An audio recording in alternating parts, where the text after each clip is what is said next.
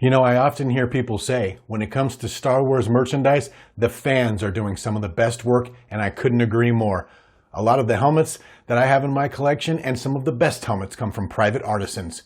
Today, let's put that theory to the test with some action figures. Let's get into this.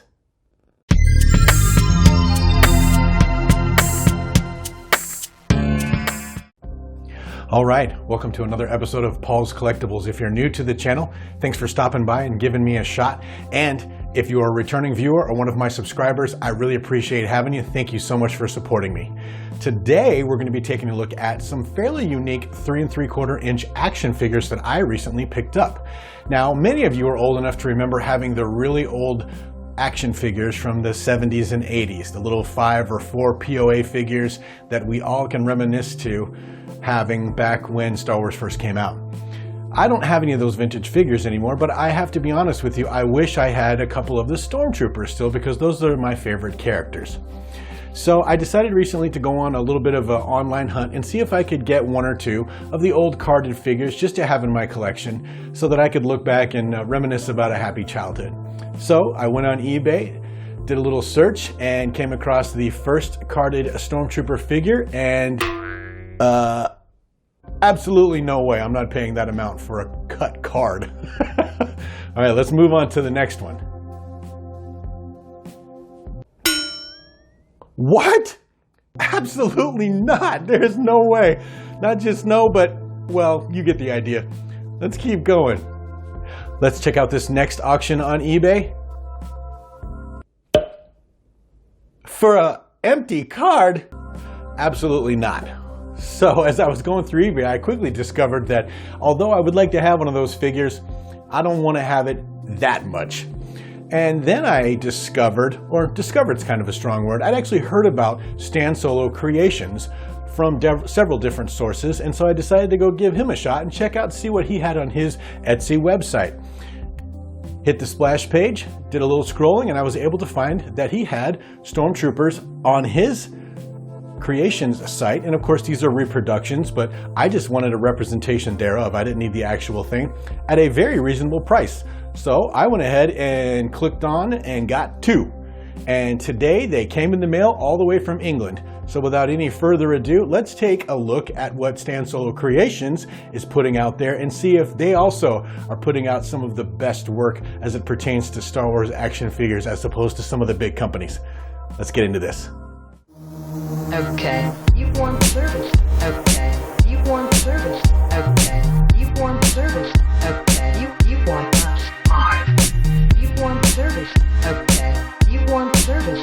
Okay, you want service. Okay, you want us. You want service. Okay, you want service. Okay, you want service. Okay, you want us. You want service. Okay, you want service. Okay, you want service. Okay, you want us. You want service. Okay, you want service. Okay, you want service. Okay, you want us. Okay, look at that. I have to be honest with you, I am already very excited about these. Look at that old school Kenner looking Star Wars Stormtrooper card, comes unpunched. The old school logo over here, the red name pill. That figure is just cool looking. Beautiful bubble. I could not be happier with what I'm seeing on the front of these cards. The weapon, the E11 blaster, is loose in both of those. Those figures are so incredibly convincing that I got to be honest with you, I don't even know why I even was looking on eBay for something different.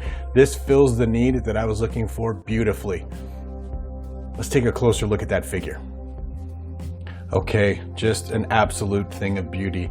I don't have any of my old Stormtroopers left from back in the 70s, and man, does this just really fill that void. Look at that old school helmet fused to his chest piece. Man, that brings back memories. Looks just pristine and exactly like the one I remember when I was a kid. I just am ecstatic with the quality of this reproduction figure. He's not reproductive, that would be an issue. Let's take a look at the back of the card. Wow, look at that. It looks like the really old cards from back in 1978. It's got some of the Smith Lord other creations on there. some of the other things that used to go on the back of the cards. The old General Mills stamp. Just some really great artwork, some really good quality card stock, unpunched.